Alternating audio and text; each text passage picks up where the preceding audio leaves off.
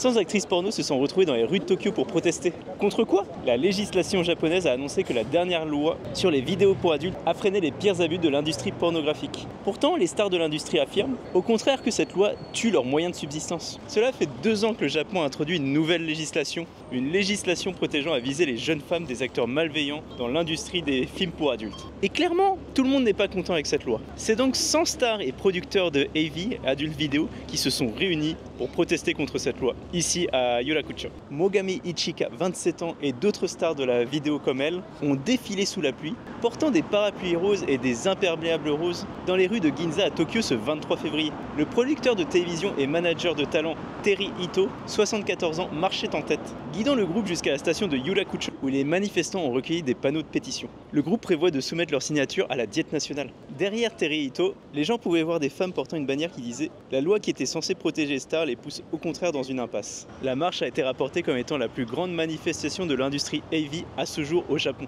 Les passants ont également pu entendre Terry Ito crier « Protégez la liberté d'expression et la liberté de choix dans l'emploi et reconnaissez l'AV comme contenu ». Mais du coup, quelle est cette loi qui pose problème? La loi est entrée en vigueur en 2022 lorsque l'âge de la majorité au Japon est passé de 20 à 18 ans. L'objectif était de faire barrière entre les jeunes filles et les productions AV sans scrupules. Elle stipulait que le tournage ne pouvait seulement commencer qu'1 mois après qu'une star a signé son contrat. De plus, une entreprise ne pouvait pas sortir de film jusqu'à 4 mois après la fin de la production. Les producteurs ont également l'obligation légale de fournir une copie de contrat aux signataires. Les législateurs avaient l'intention de protéger les femmes participant à ces productions, de prendre complètement le temps de comprendre les termes du contrat et le fait d'apparaître dans une vidéo pour adultes. Cette loi en particulier visait les entreprises peu scrupuleuses qui contraindraient les jeunes femmes à apparaître dans des pornos. Un schéma courant était de forcer les femmes à signer un contrat avant qu'elles ne le lisent, puis de menacer d'action en justice si la victime ne respectait pas les termes. Cependant, les actrices et les producteurs de l'industrie AV disent qu'elle cause plus de mal que de bien pour les professionnels qui dépendent de l'industrie pour leurs moyens de subsistance. Les manifestantes disent que les interdictions de plusieurs mois sont trop restrictives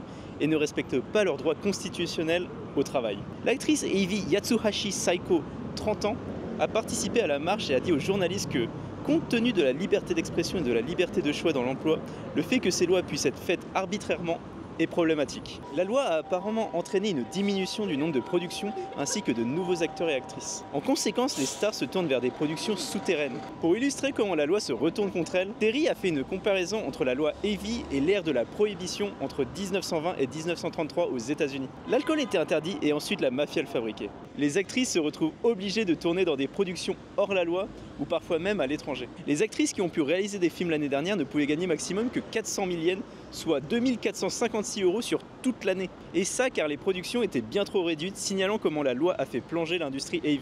Et bien entendu, ce ne sont pas seulement les acteurs qui souffrent du déclin de l'industrie. Mogami a également déclaré « Je travaillais dans un magasin d'AV, si l'AV disparaît, les emplois de ceux qui sont en coulisses disparaîtront également. J'avais travaillé dans une entreprise normale mais je ne pouvais pas m'adapter. L'industrie AV m'avait alors accueilli, je veux rendre l'appareil.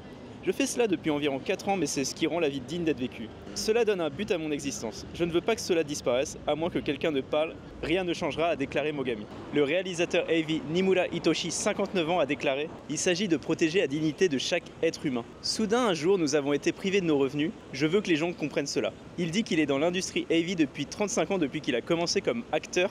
Et pour lui, la loi AV est un problème de droits de l'homme. Abonnez-vous pour plus de contenu sur le Japon. Mata Kondo.